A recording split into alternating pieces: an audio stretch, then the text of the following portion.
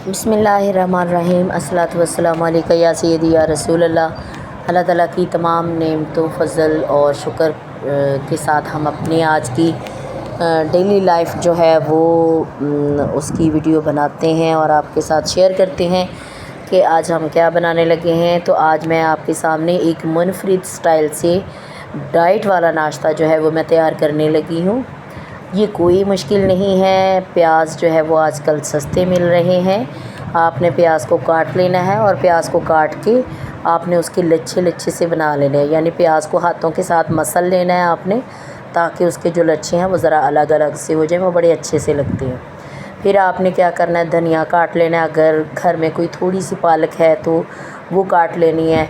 इसके अंदर आपने बेसन डाल लेना है, नमक मिर्च हल्दी और जो मसाले घर में पिसे हुए होते हैं, खुशक धनिया ज़ीरा काली मिर्च का पाउडर, ये सारी चीज़ें मिक्स कर लेनी है आपने और इसको अमेज़े को अच्छे तरीके से आपने बना लेना है।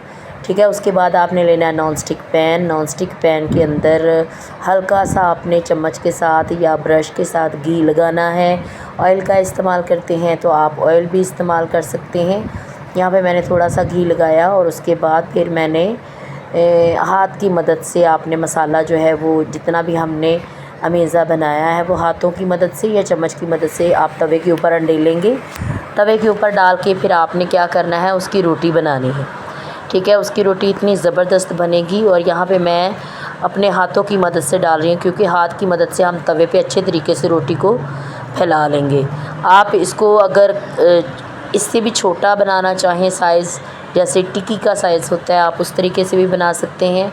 आप बड़ी रोटी बनाना चाहें आप वैसे भी बना सकते हैं और वो बहुत ही अच्छी लगती है। नाश्ते में तो ये बहुत ही पसंद की जाती है और ये आपका बेहतरीन डाइट नाश्ता बनेगा।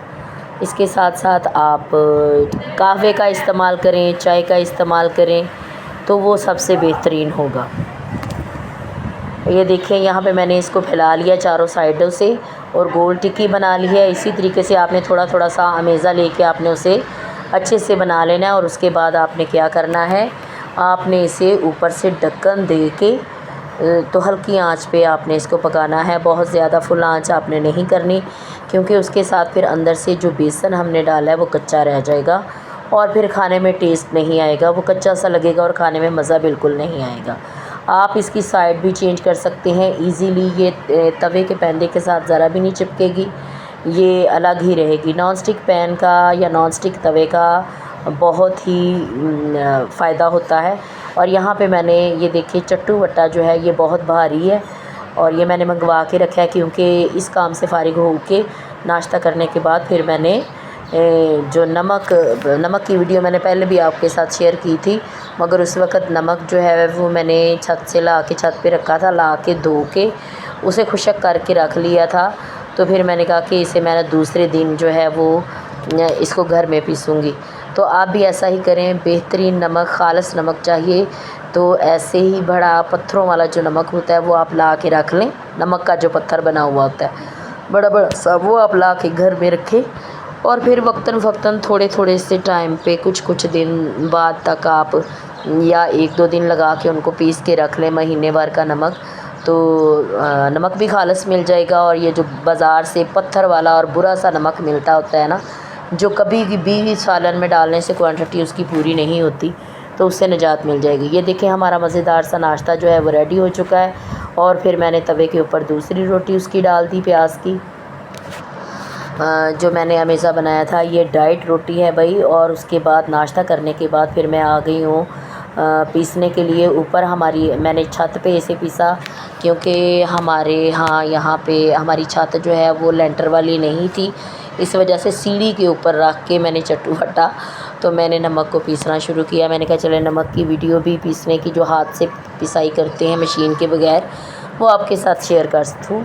तो यहाँ पे देखें, ये मैंने जाली भी एक अपने पास रखी हुई है, छाननी जिसको बोलते हैं, प्लेट वाली छाननी, परात वाली छोटी सी छाननी मैंने अपने पास रखी हुई है। उसके साथ मैं छान के तो जो बड़ा नमक रह जाता है वो उसको दोबारा से हम पीस लेते हैं। और ये देखें, बड़ा बाउल मैंने नीचे रखा हुआ है और ये छाननी ये देखें इसके साथ छान के तो फिर मैंने इसको छान के देखें ऊपर से जो बड़ा बड़ा मोटा मोटा नमक रह जाता है आपने उसे फेंकना नहीं है कि अब हम इसका क्या करें, ये तो नमक सारा पीसा ही नहीं गया। आपने इसको फिर से चट्टू बट्टे के अंदर डाल देना है, ठीक है। हाथों की मदद से भी जाली के ऊपर हाथ फेरना है आपने नमक के अंदर, तो नमक जो ज़रा बारीक बारीक होगा वो जाली के नीचे चला जाएगा और जो ज़रा मोटा होगा वो ऊपर ही रह जाएगा। ये देखिए इतना प्यारा नमक अच्छे से पिसा गया था घर में। और फिर बाजुओं की हमारी एक्सरसाइज भी हो जाती है। हम लोगों ने इस तरह के काम करने छोड़ दिए, इस वजह से हम लोग मोटापे का और बहुत सारी बीमारियों का शिकार हैं। पहले में औरतें, दादियाँ, नानियाँ सुबह सुबह उठ के तहज्जुद के वक्त वो उठा करती थी, तहज्जुद पढ़ा करती थी और उसके बाद फिर उन्होंने कुरान पाक पढ़ना।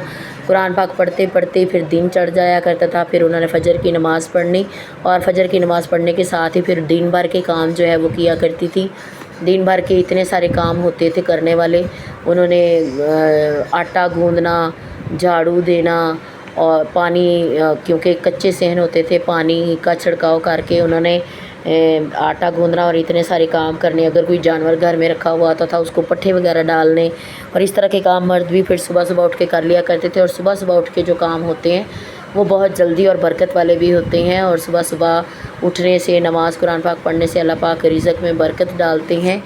तो हम लोग ऐसे जाहलों की तरह सोए हुए होते हैं। तो फिर हमें ख़ुद भी उठना चाहिए, बच्चों को भी सुबह सुबह उठाना चाहिए, नमाज़ कुरान पाक पढ़ना चाहिए। और फिर इस तरह के काम जो है वो नानियाँ दादियाँ किया करती थी, तो बहुत अच्छा लगता था। एक्सरसाइज भी हो जाया करती थी और ख़ालिस चीज़ भी घर में खाने पीने को मिल जाया करती थी। और आप देखें बाज़ार से नमक लेके आते हैं, आप यकीन जाने को रोने को दिल करता है कि ख़ालिस चीज़ भी बाज़ार से नहीं मिलती।